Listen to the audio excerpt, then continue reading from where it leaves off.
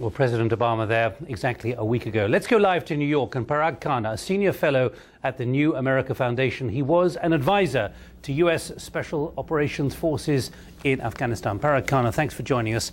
What have Special Forces operations really delivered on the ground? In the last several years, there have been substantial activities of special forces on the ground on both sides of the border, but they have not been able to achieve the strategic shift that the Obama administration needs to declare with confidence that they're going to be able to stabilize the region. So in the absence of a significant, broad, comprehensive strategy, they have been the main vehicle, but it clearly has not been enough. Otherwise, we would not be in the state that we're in right now, questioning, as they do in the strategic review, the viability and the long-term durability of the current situation there. But let's be clear, should we believe the official leaks and indications that really Special Forces operations are achieving an enormous amount when it comes to removing significant Taliban threats? There's no doubt that they've targeted very significant Taliban commanders and the occasional members of al-Qaeda leadership. Without them, those figures would not have been apprehended because, as we've also discussed, Pakistan has not been doing its part to capture them. But they do have an ability to regenerate, and therefore it's not sufficient as a strategy. Let me now turn to Pakistan. There are indications that the military would love to move into Pakistan using Special Forces operations, not just drones. Is that really on the agenda?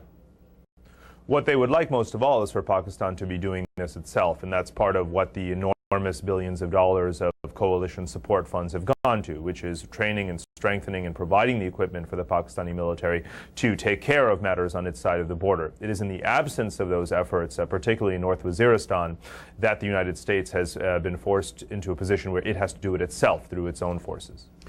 But are you saying that really the indications from Washington are correct, that now, in order to achieve this very significant gain, there has to be a significant American operation covertly into Pakistan on the ground using Special Forces?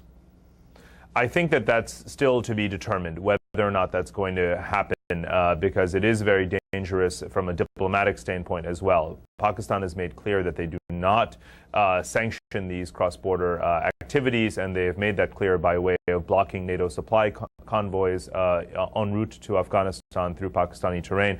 And so until that has been really clarified at a very high level, I don't think that we're going to see a change in the strategy, which is to say that there will be a substantial amount of activities going on in the tribal areas that the U.S. may be leading, but that it's not necessarily going to become more than it is right now.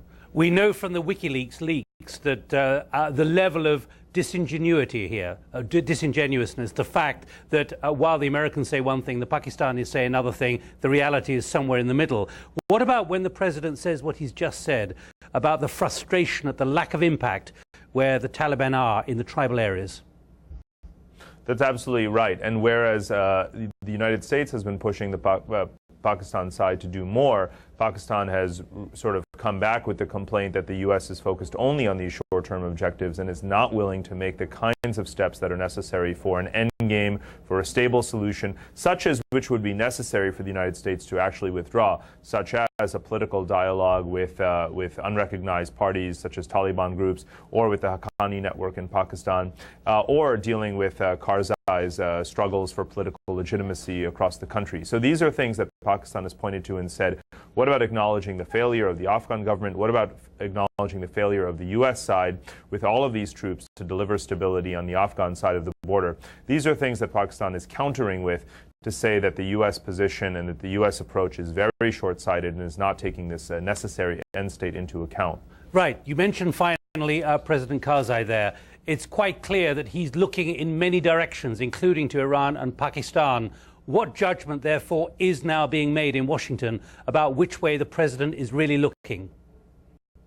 Well, now that President Karzai has secured another term and that the most recent elections have come and gone, he's looking forward to another few years in his tenure, and he's going to have to continue to work with the United States because his own national army and military forces are not sufficiently robust to do the job themselves, which is to say, to secure the country in a way that he can then govern in a sovereign fashion. So he needs the Americans for that. He has always played all sides. He's always kept ties and relations open with Iran and had certain relationships with Pakistan, and increasingly speaks about his leaning on China for economic growth and incentives and investment and so forth. So Karzai is, in the next couple of years, most certainly going to continue to play in all directions and look for friends, but he's still going to need America very much.